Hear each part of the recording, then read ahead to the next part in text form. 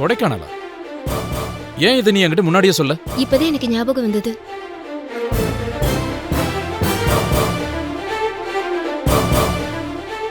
இந்த ராஸ்கல் மட்டும் என் கையில கிடைக்கட்டும். அவன் அடிச்சு கைய கால் உடைச்சு மூளையில போட்டுறான். பாட்டுக்கு ஊரை சுத்திக்கிட்டு இங்க இருக்கிறவங்க உயிரெல்லாம் வாங்கிட்டு இருக்கான். ஏன்டா இப்படி எல்லாம் பேசுற? உன் தம்பி மேல உனக்கு பாசமே இல்லையா? ஏன் இப்படி ஆயிட்ட? போலீஸ் ட்ரெஸ் போட்டு போட்டு மனசே இறுகி போச்சாடா? அம்மா விடும்மா, சுனில் காணாம போனதுக்கு இவன் என்ன பண்ணுவான்? டேய் மயிலு, அம்மா தான் புலம்பிக்கிட்டே இருக்காங்கல்ல, என்னன்னு தான் பாருண்டா. செயின் வித்த காசு வச்சு எத்தனை நாளைக்கு தாண்டா அவனால வெளியில வாழ முடியும்? கையில காசு தீர்ந்தோன்னு அவன் திரும்பி வந்துதானே ஆகணும். வெளியூர்ல அவனுக்கு யார தெரியும்? ரெண்டு எத்தனை நாளைக்கு சோறு போடுவான்? வயிறு காஞ்சா தன்னால ஓடி வருவான். என்ன வெளியூர்ல இத்தனை நாள் தங்க மாட்டான். அதான் எனக்கு கொஞ்சம் பயமா இருக்கு. என் புள்ள சாப்பாட்டுக்கு என்ன பண்றானே தெரியலையேடா. உனக்கு சொல்லி கொடுத்த மாதிரி தாண்டா அவனுக்கும் சொல்லி கொடுத்த. நீ கடைசியில போலீஸ் ஆபீசர் ஆயிட்ட, அவன் திருடன் ஆயிட்டான். மயில, ரீசெண்டா குழந்தைய கடத்தின கேஸ்ல செல்போன் டவர் வச்சுதான் குழந்தைய கண்டுபிடிச்சேன்னு சொன்னல, அதே மாதிரி சுனிலோட செல்போன் டவரை வச்சு அவன் எங்க இருக்கான்னு கண்டுபிடிக்க முடியுமான்னு பாருண்டா. என்னக்கா நீயும் புரியாம பேசிட்டு இருக்க? போலீஸ் என்ன நம்ம வீட்டுக்கு வந்து வேலை செய்யறவங்கன்னு நினைச்சிட்டு இருக்கியா? அதுக்கெல்லாம் 1008 ஃபார்மாலிட்டிஸ் இருக்கா. நம்ம நினைச்ச உடனே எங்க இருக்கு என்னாச்சுன்னு டக்குன்னு எல்லாம் கண்டுபிடிச்சிட முடியாது. சரிடா, அப்ப போலீஸ் ஸ்டேஷனுக்கு வந்து என் புள்ளைய காணோம் கம்ப்ளைண்ட் எழுதி கொடுக்குறேன். அப்போ அது ஆக்ஷன் எடுப்பியா? அண்ணே வாண்ணே, போலீஸ் ஸ்டேஷன் போய் கம்ப்ளைண்ட் எழுதி கொடுத்துட்டு வந்துடலாம். அம்மா, பெண்ண உன் சின்ன மகன் எங்க இருக்கான்னு கண்டுபிடிக்கணும், அவ்வளவுதானே? பண்றேன். மயிலு மயிலு டேய் மா, அவன் தான் சொல்றத செய்வான்னு உனக்கு தெரியும்ல, அப்புறம் ஏமா அவனை நோண்டிக்கிட்டே இருக்க? போ போய் வேலை பாரு.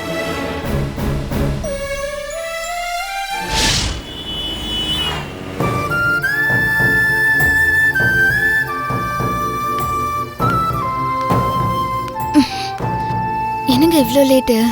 கோயம்பேட்டில் ஒரு கார் பிரேக் டவுன் ஆயிடுச்சு, அதான் என்னன்னு போய் பார்த்துட்டு வந்தேன். நீ சாப்பிட்டியா? இல்லைங்க. என்னம்மா, பசிச்சா சாப்பிட வேண்டியதானே? நான் வரத்துக்கு லேட் ஆச்சுன்னா அதுக்காக இப்படி பசியோட இருப்பியா?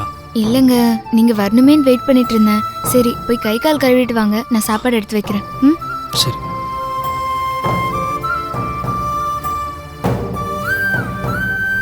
போதும் போதும், சாப்பிடுங்க. ம். நீ சாப்பிடல? நான் சாப்பிட்டுக்கிறேங்க, நீங்க முதல்ல சாப்பிடுங்க. பிரியா, டேஸ்ட் ரொம்ப நல்லா இருக்கு. வர வர உன் கைப்பக்குவம் மாறிக்கிட்டே இருக்கு. டேஸ்ட் ரொம்ப நல்லா இருக்கு. நிஜமாவே நல்லா இருக்கா? சத்தியமா நல்லா இருக்கு. என்கிட்ட மட்டும் இப்ப பணம் இருந்துச்சுன்னா உன்னோட இந்த கைக்கு தங்க வளையலே வாங்கி கொடுத்துருவேன். நீங்க ஒருத்தர் சம்பாரிச்சு எப்படிங்க தங்க வளையல் வாங்குறது? அதெல்லாம் முடியுமா? ஏன் முடியாது? கொஞ்சம் கொஞ்சமா இப்ப இருந்து சேர்த்து வச்சா வாங்கிடலாம். ஏங்க, இப்ப நீங்க சம்பாதிக்கிறது வாடகை கொடுக்கறதுக்கும் சாப்பிடுறதுக்குமே சரியா இருக்கு. அப்புறம் எங்க இருந்துங்க சேர்த்து வைக்கிறது? அது எப்படி பிரியா? சம்பளம் எப்பவும் ஒரே மாதிரியாவா இருக்கும்?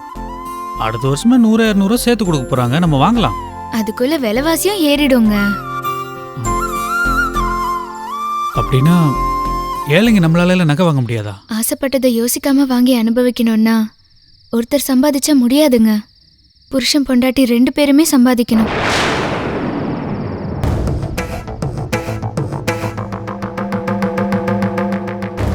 இப்ப என்ன, நீ வேலைக்கு போறன்றியா? போனா என்னங்க தப்பு? நீ பார் பிரியா, நீ வேலைக்கு போக ஆரம்பிச்சேன்னா சீக்கிரமே எழுந்திருக்கணும். டிஃபன் லஞ்செல்லாம் சமைச்சு எடுத்துட்டு போகணும். வேலை முடிச்சுட்டு வீட்டுக்கு வந்தா உன்னால வீட்டில் ரெஸ்ட் எடுக்க முடியாது. உடனே திரும்ப நைட்டுக்கு சாப்பாடு செய்யணும். எந்நேரமும் உன்னால இப்படி பரபரப்பா வாழ்ந்துட்டு இருக்க முடியுமா? ஏங்க, நான் வேலைக்கு போனா நீங்க வீட்டு வேலையில எனக்கு ஹெல்ப் பண்ண மாட்டீங்களா? அதெல்லாம் நான் பண்ணுவேன் பிரியா. ஆனா நான் தான் இப்படி அடிக்கடி லேட்டா வரேன். அப்பெல்லாம் நீ தானே தனியா நின்று கஷ்டப்படுவ. வேலைக்கு போறதுல எவ்வளவு கஷ்டம் இருந்தாலும் நாளைக்கே நமக்கு ஒரு குழந்தை பிறந்து அது ஆசைப்பட்டு கேட்டத வாங்கி கொடுக்கும்போது மனசுக்கு எவ்வளவு நிறைவா இருக்கும். நீ சொல்றதெல்லாம் சரிதான். கௌரவமான வேலை கிடைக்குமே பிரியா? கண்டிப்பா கிடைக்குங்க. நீ வேலைக்கு போகணுன்ற முடிவோட இருக்க. உங்க சம்மதத்தோட போகணும்னு நினைக்கிறேன். நீ வேலைக்கு போக ஆரம்பிச்சேன்னா 2 பேருக்கும் இப்படி உட்காந்து பேசிட்டு இருக்க கூட நேரம் இருக்காது. இங்க பாருங்க, நான் சொல்றத நல்லா கேட்டுக்கோங்க. நம்ம 2 பேரும் வெளியே போறோம். ஒரு பொருளை பாக்குறோம், வாங்கணும்னு ஆசையா இருக்கு. ஆனா வாங்கறதுக்கு காசு இல்லாம பெருமூச்சு விட்டுட்டு வந்துடுறோம். வாங்க முடியாத அந்த பொருளையே நினைச்சிட்டு இருப்போம். யார் வீட்டுக்காவது போகணும்னா அந்த பொருளையே பார்த்துட்டு இருப்போம். ஆனா 2 பேரும் வேலைக்கு போனா ஒருத்தரோட வருமானம் வீட்டு செலவுக்கு சரியா போயிடும். மிச்சம் இருக்கிற இன்னொருத்தர் பணத்துல வீட்டுக்கு தேவையானதெல்லாம் வாங்கிடலாம்ல. யாரையும் பார்த்து பெருமூச்சு விட வேண்டியதில்ல. நீ சொல்றதெல்லாம் சரிதான் பிரியா. அப்ப நான் வேலைக்கு போலாம்ல? ம். நல்ல வேலை கிடைச்சா போலாம். ரொம்ப தேங்க்ஸுங்க. ஹேய், புருஷன் முன்னாடிக்குள்ள தேங்க்ஸ்ல சொல்லக்கூடாது. சரிடா.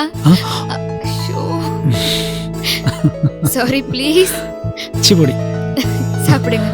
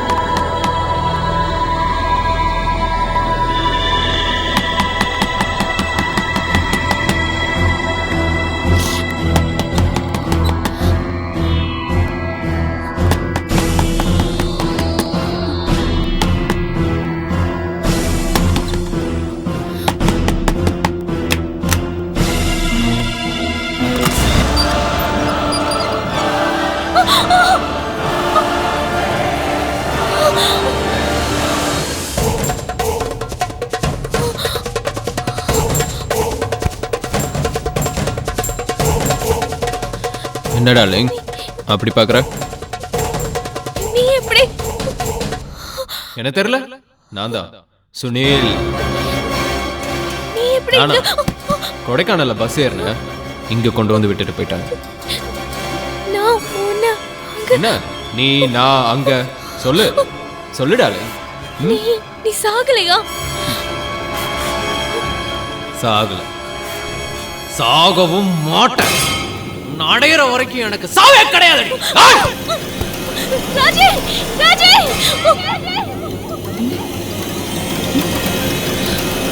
சுஷ்மா, என்னம்மா? ஏய், என்னடி? ராஜே, சுனில் வந்திருக்க. ராஜே, சுனில்? ஏய், உனக்கு என்ன பைத்தியமாடி? அவன் செத்துட்டான்டி. இல்ல ராஜே, அவன் வந்திருக்கான். மறுபடியும் என்கிட்ட தப்பா நடந்துக்க முயற்சி பண்ணான். ஏய், இத பாரு, கனவு ஏதாவது கண்டியா? சுஷ்மா, என்னடி? இது பாரு, ஒண்ணும் இல்ல, நீ அமைதியா தூங்கு. என்னம்மா, என்ன சத்தம்? ஒண்ணும் இல்லண்ணே, ஏதோ கெட்ட கனவு கண்டு பயந்து எழுந்திரிச்சிருப்பா போல இருக்கு. Sushma, are you all right? I'm all right மாமா. சாரி, நான் தான் தேவையில்லாம கத்தி உங்களை டிஸ்டர்ப் பண்ணிட்டேன். என்னால எல்லாருக்குமே கஷ்டம் தான். ஏம்மா, நானும் உன்னை நேத்துல இருந்து வாட்ச் பண்ணிட்டு தாமா இருக்கேன். நீ ஏன் ஒரு மாதிரியாவே இருக்க? என்னமாச்சு உனக்கு? அதெல்லாம் ஒண்ணும் இல்லண்ணே, பகல நல்லா தூங்குறா இவ, ராத்திரியில தான் டீப் ஸ்லீப் வர மாட்டேங்குது. இந்த மாதிரி கனவு ஏதாவது கண்டு எழுந்திரிச்சிடுறா. இத பாருமா, தூக்கம் கெட்டதுன்னா உடம்பு ஹெல்த் ஸ்பாயில் ஆயிடும், புரியுதா? இவளுக்கு வேணா 2-3 நாளைக்கு ஏதாவது ஸ்லீப்பிங் டேஸ் ஏதாவது கொடுமா? சரிண்ணே, நீ போய் தூங்கு, நான் பாத்துக்கிறேன். ஒன்னும் ப்ராப்ளம் இல்லையே? இல்லண்ணே, நான் பாத்துக்கிறேன்.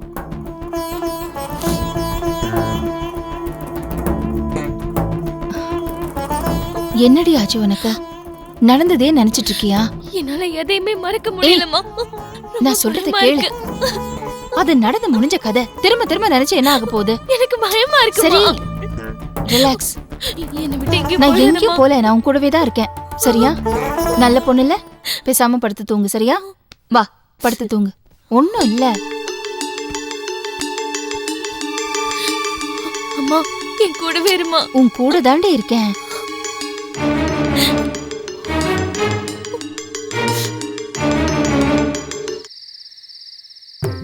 பொன்னை விரும்பும்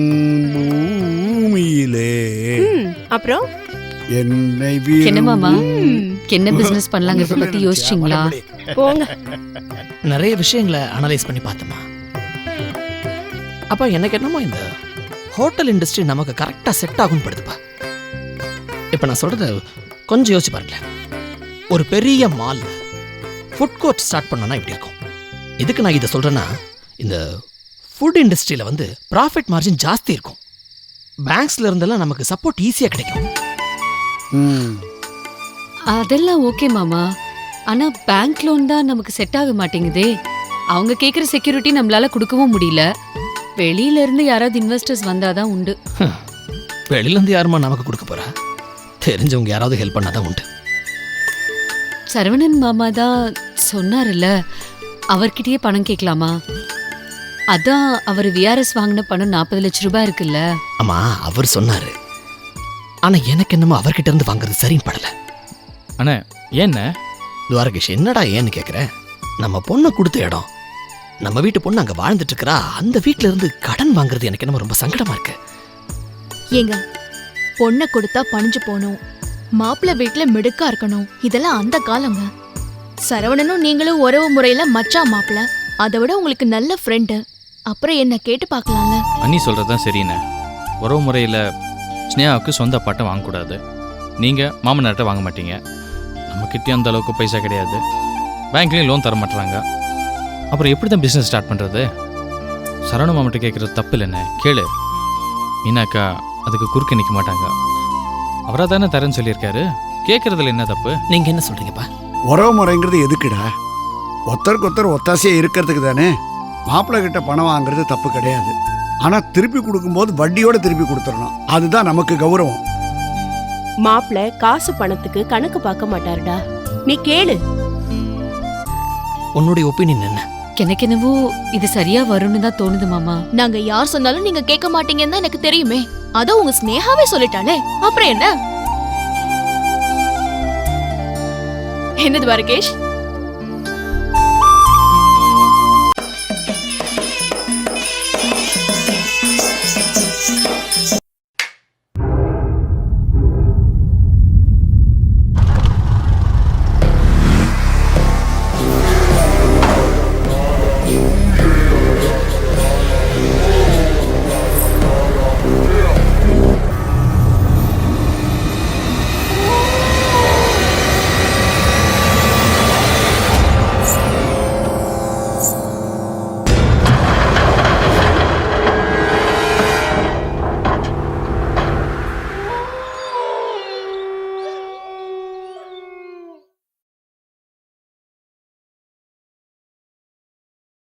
என்னங்க முடிவு பண்ணிட்டீங்களா? பெரிய லெவலில் ஃபுட் கோர்ட் ஆரம்பிக்கணும்னா குறைஞ்சபட்சம் 1 கோடி ரூபாயாவது நமக்கு இன்வெஸ்ட்மெண்ட்டாக தேவைப்படும். அதுக்கு முதல் கட்டமாக தேவைப்படுற 40 லட்சம் ரூபாயை சரவணன் கிட்ட இருந்து வாங்கிக்கலாம். நான் காசி யாத்திரை கிளம்புறேன். நான் திரும்பி வரும்போது பிஸ்னஸ் ஆரம்பித்து ஓஹோன்னு இருக்கணும். கவலையே படாதீங்கப்பா. கடவுள் அருளால நீங்கள் ஊர்லேருந்து திரும்பி வரும்போது நாம் சூப்பராக இருப்போம். சூப்பர் மாமா. பார்த்துண்ணே, எங்களெல்லாம் மறந்துடாத, ஞாபகத்தில் வச்சுக்கோ. டேய், என்னடா பேசுற? நான் ஒருத்த மட்டுமா? நம்ம எல்லாருமே நல்ல நிலைமைக்கு வந்துருவோம்னு சொன்னேன்டா. கஷ்டப்பட்டு உழைச்சி வாழ்க்கையில எவ்வளோ உயரத்துக்கு போனாலும் என்னைக்கு நம்ம எளிமையாத்தான் வாழணும். சோ பிசினஸ் ஆரம்பிக்கிறோம், ஜெயிக்கிறோம். எக்ஸாக்ட்லி. நிச்சயமா ஜெயிக்கிறீங்களா? ஆனா இப்ப டைம் ஆச்சு, எல்லாரும் உள்ள போய் படுங்க. சரிப்பா, வாங்க போலாம். டேய் பாத்துடா. வாடா. டேய், எழுந்திருக்கிறியா? ஸ்ரீ வா. என்ன மறுபடியும்? சரி வா, தூங்கினதுக்கு அப்புறம் கொண்டு வந்து விடுறேன் மாமா. சாரிக்கா.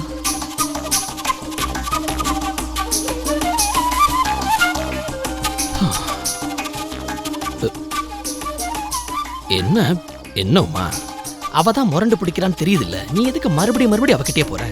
நீ அவளை விடு, தானா வருவா.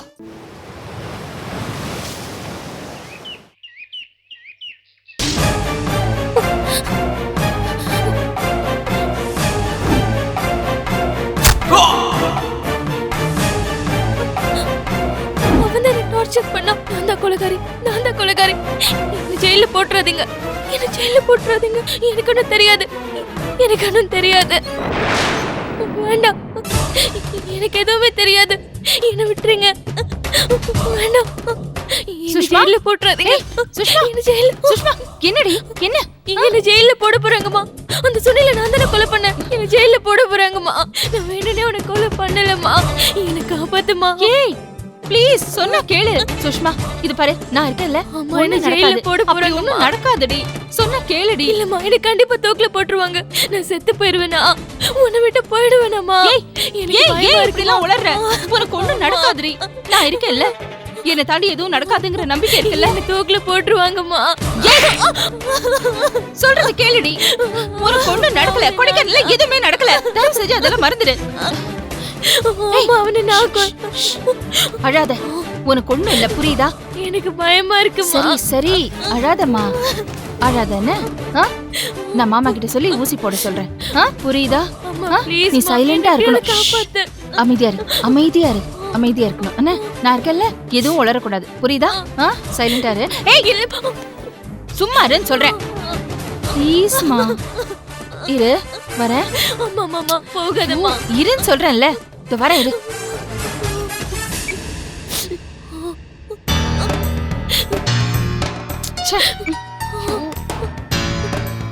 அம்மா என்னமாச்சு? இரு இரு, அண்ணன் போனை எடுக்கல. என்ன பண்றதுன்னு தெரியல. சரி இத பாரு, நான் உன்னை ஹாஸ்பிட்டலுக்கு கூட்டிட்டு போறேன். இங்க பாரு, கொடைக்கானல்ல எதுவுமே நடக்கல. ஹாஸ்பிட்டல்ல உளரக்கூடாதுமா. அம்மா ஹாஸ்பிட்டல்ல வேண்டாம்மா, எனக்கு பயமா இருக்குமா. நான் இங்கே இருக்கேன். இங்க பாரு, அங்க போய் எதுவும் உளரக்கூடாது, புரியுதா? அம்மா வேண்டாம்மா, வேண்டாம்மா ப்ளீஸ்மா, எனக்கு பயமா இருக்கு. நீ ஊசி போட்டாதானேம்மா உடம்பு நல்லா ஆகும். நான் இருக்கேன்ல, நீ பயப்படாத. நான் உன் கூடவே இருக்கேன், சரியா? ஒன்னும் ஆகாது உனக்கு. அம்மா வேண்டாம்மா, ஹாஸ்பிட்டல்ல வேண்டாம். சும்மா அப்படிலாம் பேசக்கூடாது. உன் உடம்பு சரியாகணும்ல. வா ஹாஸ்பிட்டல் போயிட்டு வரலாம். என் தங்கம்ல, வா எழுந்து வா. நான் இருக்கேன்ல. அம்மா பயமா இருக்குமா. வா, அழக்கூடாது. வா, என்ன தனியா விட்டு எங்க போகாத. நான் இருக்கேம்மா. என்னம்மா முன்னெல்லாம் 3-4 மூட்டை தேரும், இப்போ ஒரு மூட்டை கூட தேராது போல இருக்க. ஐயா சரக்கு அடிக்கிறத குறைச்சிட்டாரா? இதுக்கு எவ்வளவு வருதோ அதை கொடுத்துட்டு கிளம்புங்க. தேவையில்லாத பேச்செல்லாம் வேண்டாங்க. கோவிச்சுக்காதீங்கம்மா, ரெகுலர் கஸ்டமர் ஆச்சேன்னு கேட்டேன். உங்க வீட்டுக்காரர் குடிக்கிறத நிறுத்தினா எனக்கு சந்தோஷம் தானே. அண்ணே ஏண்ணே காசை கொடுத்துட்டு இடத்த காலி பண்ணுங்கண்ணே. சரிங்கம்மா.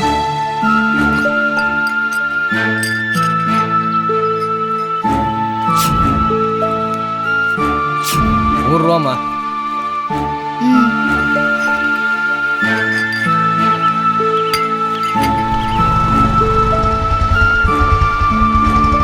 பழைய பேப்பரு பாட்டிலு ஐயம்பித்தாள இறங்க மீனா.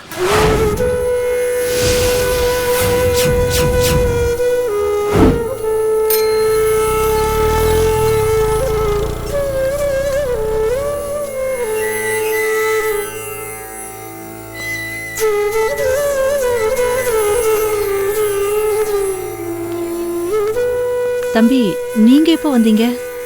என்னம்மா இதெல்லாம்? சாக்கு முழுக்க பாட்டில் தான் தம்பி.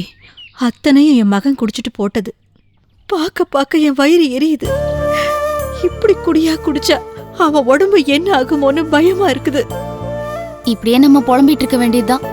அவர் யார பத்தியும் கவலைப்படாம குடிச்சிட்டு தான் இருக்க போறாரு. அக்கா நீங்க உள்ள வாங்க. வாங்க சார். இல்ல வர்ஷா, உட்கார்ந்து பேசுறதுக்கெல்லாம் இப்ப டைம் இல்ல. உன் புருஷன் எப்ப வேணாலும் வரலாம். வந்து ஏதாவது பேசி அப்புறம் இவரு டென்ஷன் ஆகி தேவையில்லாத பிரச்சனை தான் வரும். வந்த விஷயத்த பேசிட்டு நாங்க சீக்கிரமா கிளம்புறோம். எங்களை மன்னிச்சிருமா. இந்த குடும்பத்துக்காக நீங்க எவ்வளவோ உதவி பண்றீங்க. அதெல்லாம் புரிஞ்சுக்காம என் மகன் உங்களை தப்பு தப்பா பேசுறான். மனசுக்கே ரொம்ப கஷ்டமா இருக்குமா. அக்கா காஃபி போட்டு கொண்டு வரேன், உள்ள வாங்க. பரவாயில்லம்மா, இருக்கட்டும், நான் கிளம்பணும். வர்ஷா, நான் கொடுத்த பணத்தை எல்லாருக்கும் செட்டில் பண்ணிட்டேன்ல? பண்ணிட்டேன்க்கா. வாடகையும் மளிகை பாக்கியும் கொடுத்துட்டேன். 3 மாசம் வாடகை பாக்கியும் மளிகை பாக்கியும் கொடுத்துட்டா நம்ம பிரச்சனை எல்லாம் முடிஞ்சிருமா? இன்னும் இருக்கே, வெளியில சொன்ன அசிங்கம். ஒவ்வொருத்தரா வீடு தேடி வந்துகிட்டே தான் இருக்காங்க. சும்மா இருங்கம்மா. அம்மா என்ன சொல்றாங்க? அம்மா விடுங்க சார், இப்படிதான் ஏதாவது ஒண்ணு சொல்லி புலம்பிட்டே இருப்பாங்க. வர்ஷா நீ சும்மா இரு. அம்மா நீங்க சொல்லுங்கம்மா, இன்னும் என்னம்மா பிரச்சனை இருக்கு?